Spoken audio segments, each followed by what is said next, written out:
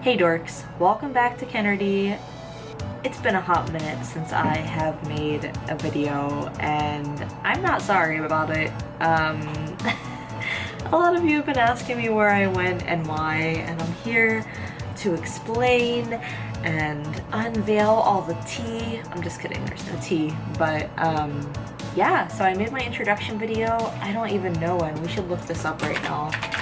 If I am skilled enough with like technology, I'm going to insert me looking this up right now, but I don't think I am. So we'll see. But I will tell you, let's see, it's been a year and a half since I have made a video, and it was my introduction video and I loved it and I was in this role, and then literally I got more dislikes than likes and a couple private messages that were death thready and not the most positive comments. So that kind of shut me down and put me in panic mode, because it's not that I'm not used to these kinds of things, but it was my first video and it was this like innocent introduction video. So I was just like, what the heck? I can't do anything right. So I have it back. I have been getting really inspired by some people I know. So I'm giving it a chance again. And if it sucks, it sucks. I'm gonna get better, I promise. But I have to start, right? You gotta start. It's gonna suck when you start. That's that whole spiel, right? So if you see me looking over here, I have some notes about what I want to talk about today, and I don't want to get sidetracked. So that is why you're gonna see me looking over here sometimes. I also might be looking at the viewfinder sometimes because I'm a total newbie and I'm gonna do it because it's hard. It's really hard not to. Okay. So why am I making this video? I wanted to talk to you all about Bazaar. If you don't know what that is, I don't blame you. It's a very new thing that I started just a little over a year ago. It was originally opened under the name Boutique Night, and it's one of my million businesses. And by million businesses, I mean 6. I'm gonna say 6, but that's a lot. It's a lot. It's a lot to manage. It's hard to remember. So yeah. So now you know, officially on camera, I do Bazaar. In words of Riff Raff, Bazaar. If you don't know what I'm talking about, I'll insert the video here. So yes, Bazaar. Bazaar is very special to me. For anyone that doesn't know, let me do a little rewind. I have, like I said, a couple businesses, and 2 of them are, I just did 2 of them. Also, I got engaged since my last video. But yeah, I know how to count to 2. This is 2. Two of my other businesses are Perfect Humans and B2 Kawaii Gift Shop. And Perfect Humans is my pin company, and soon to have resin and some other accessories, but it's mainly enamel pins right now. And B2 Kawaii Gift Shop is my consignment store. We actually are the largest flare consignment store in the world, no big deal. So I do trade shows all the time. I do shows big or small for both of those brands under B2 Kawaii Gift Shop. And yeah, I've been doing that for almost 3 years for Perfect Humans, and B2 Kawaii Gift Shop I've had since last September, so like 11 months-ish. So yes, I have a lot of experience doing trade shows, is what I'm trying to say. And something I noticed going to a lot of trade shows is, I don't know, like a lot of the vendors and coordinators, and again, this is not a tea video, so I'm not gonna name any names yet. A lot of the vendors and coordinators were kind of snarky and gave off the vibe that they thought they're like above me, and I hate that. I hate cliques. It's very high school-y, it's very elementary school-y, and it was the worst, and it still happens. But a little over a year and a half ago, I was like, why don't I start my own event? It's gonna be really hard because my location sucks, and I'll get more into that a little later, but it's not relevant to this video. But I was like, screw it, like I'm starting my own. So about a year and a half ago, I opened up Boutique Night. That was what I first called it, and it was fun. I was able in about 6 months or so to get my own actual venue. I was actually using a store that I worked at because they were closed on Wednesdays, so they let me use the space for free, which was rad.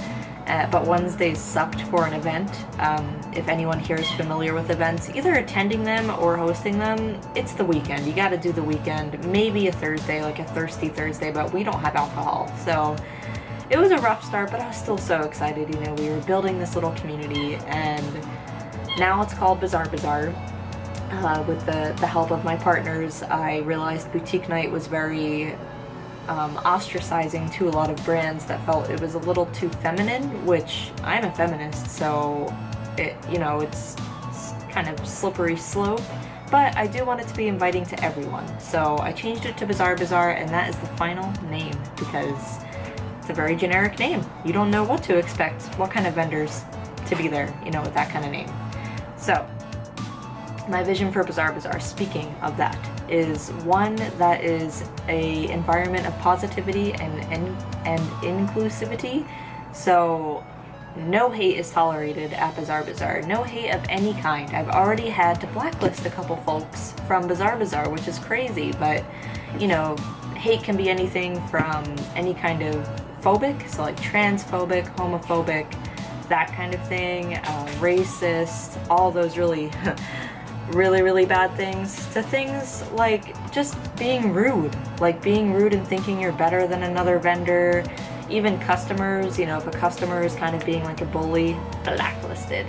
So anyway, it's a pretty simple code to follow. Just be nice, it's not hard, just be nice.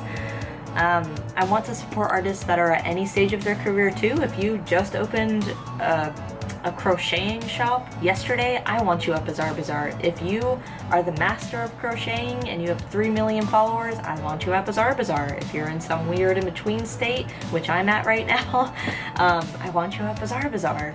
I don't want it to be limited in any way, shape, or form. So that is kind of the starting point of what Bazaar is.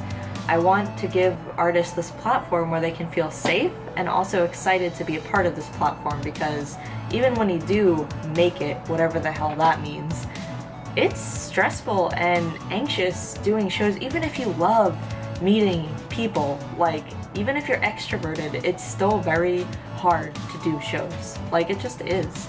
And yeah, I want people to feel safe, and I want them to feel excited to do Bazaar. So that is kind of the little formula I made to create this recipe of what Bazaar is. And this involves a lot of components that I'm going to talk about in this video. So let's start with my main viewpoint of trade shows, because as I mentioned, I have Perfect Humans in B2, so I'm not just a show coordinator, I am in the game. I understand what it's like to be an attendee and vendor of a show. So let's just keep it real. Yes, I want to make money. Yes, I want to make money. We all want to make money. If anyone tells you they don't want to make money, they're full of crap. I'm trying not to curse because, hello monetization, hello money. Yes, see, we want to make money. So yeah, I'm just putting that out there first and foremost. But I do keep that to myself as far as being a vendor at a show. I think shows are they mean a lot more than that. It's about, networking, it's about learning things, it's about growing, it's about meeting 1 or 100 new customers. It's an experience, and no show is a flop or too small, in my opinion. I don't care if it's San Diego Comic-Con, I don't care if it's some flea market, I don't care if it's a local trade show, I don't care. No show is too big or too small for all these thoughts that I'm having.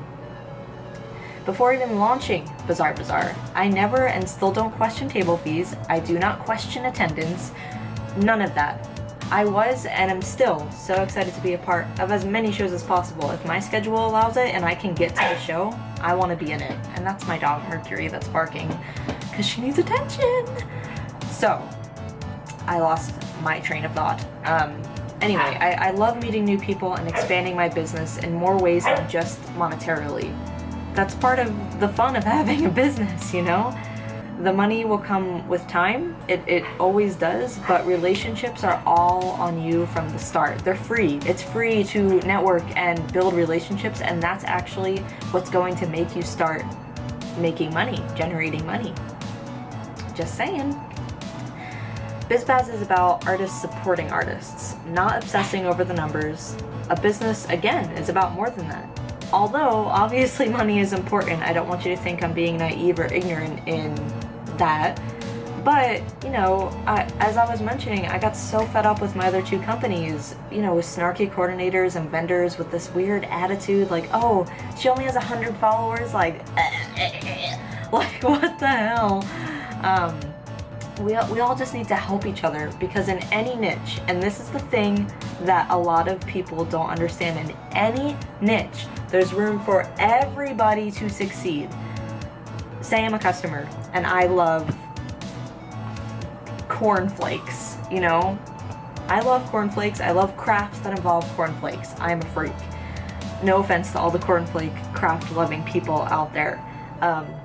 So anyway, I can go to vendor A, who has cornflake crafts. Why did I choose that? That's so hard to say. And vendor B that has cornflake crafts. And I can spend my money at both and like both of them. Customers don't need to just have one person that they buy all their cornflake crafts from, you know? And so many people don't realize that. They're like, oh, I can only be the top resin creator because a customer can't go to multiple other resin crafters and buy from them. Well, ding, ding, ding, yes they can. Me as a customer, you know, let's just be more real here instead of cornflake crafts. I can buy my jewelry from local makers. I can go to the store and buy a piece of jewelry. I'm not set on just one necklace maker, you know what I mean? So that mindset just needs to go, because niche, like, we all, sorry, I'm like getting so passionate about this. Yeah, there's just room in any niche for us to all be successful. So if there's 5, hello? Okay, sorry, Stevie Beanie just came in from work and it made me really nervous and like scared to continue filming, and I don't know why.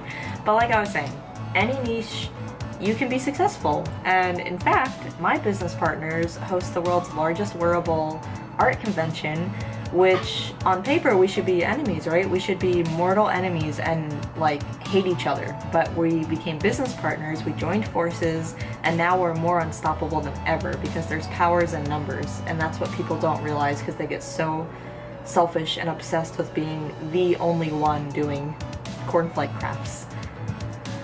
So, yeah.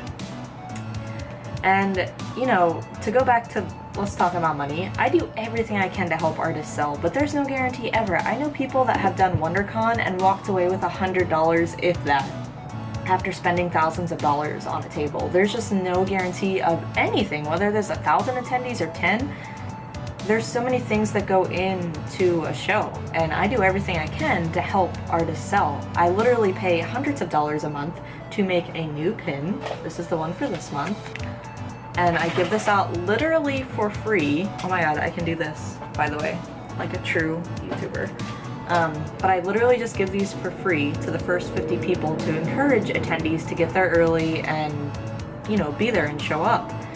On top of that, I pass out hundreds of flyers and hang up posters for 3 weeks every month because this is a monthly event. I run ads. I have social media that I post on every single day for Bazaar. I have a charity raffle. I give literally $100 cash to just one attendee as long as they provide their email address. That's all they have to do. We have food. We have a huge variety of artists, and on top of all of that, there's no ticket fee. It's a free event, and it's all ages as well. So that's kind of my formula as of right now to get people to come. And we do have a very good turnout too. I'm just telling you everything that goes into it. And also for vendors, I have one of the most affordable table fees, and I provide everything except the art that's going to be on the table. I give them a table, chairs, linen, exhibitor badge, and a few other little goodies. If the table fee is too expensive for you, I do have a referral program, so if you refer a new artist to us and they get a table, both of your fees are discounted. You can also buy 3 months in bulk and get a discount, and on top of that, you're welcome to split a table with your friend at no extra charge, because I've noticed some places charge a fee if you split a table, and I don't understand that. Like, who cares? So if you really can't afford the fee and you don't have a referral that can afford the full table, you can just split the table with a friend and save half the money. If I could, I would not charge a table fee, but as I earlier, money is definitely needed in a business and I have rent to pay. And then this is like another video I think I'm going to do a lot more in depth, but just some common tips as far as selling. You know, even if there's only 50 people that show up to the event, if you're sitting at your table on your phone looking miserable, you're not going to sell anything, even if you have the best art in the world. You know, make something out of the event. Network, make friends, ask questions, talk to customers, because it's so weird. The people that always complain to me vendor-wise that say like, oh, I made nothing at your event, they were on their phone the whole time, not talking to customers, looking like they didn't want to be there. Of course no one's going to come up to your table and want to buy anything. And if they don't buy anything, that doesn't mean you lost a customer. Give them your business card, show them your Instagram, tell them about yourself, make a connection so they buy something later. You know, it's not just this one thing, like end all be all. There's opportunities everywhere, and I feel like so many artists are just kind of short-sighted. They just see the instant, oh, I didn't make $10, so screw this event. And that's just so ridiculous, you know. And let's say it is a really slow event, there's only 10 people that show up. Use your time wisely. Go and support the other artists there and talk to them and find out more about them and make really like meaningful connections, because you never know who you're talking to at an event who could help you 5 years down the road, you know?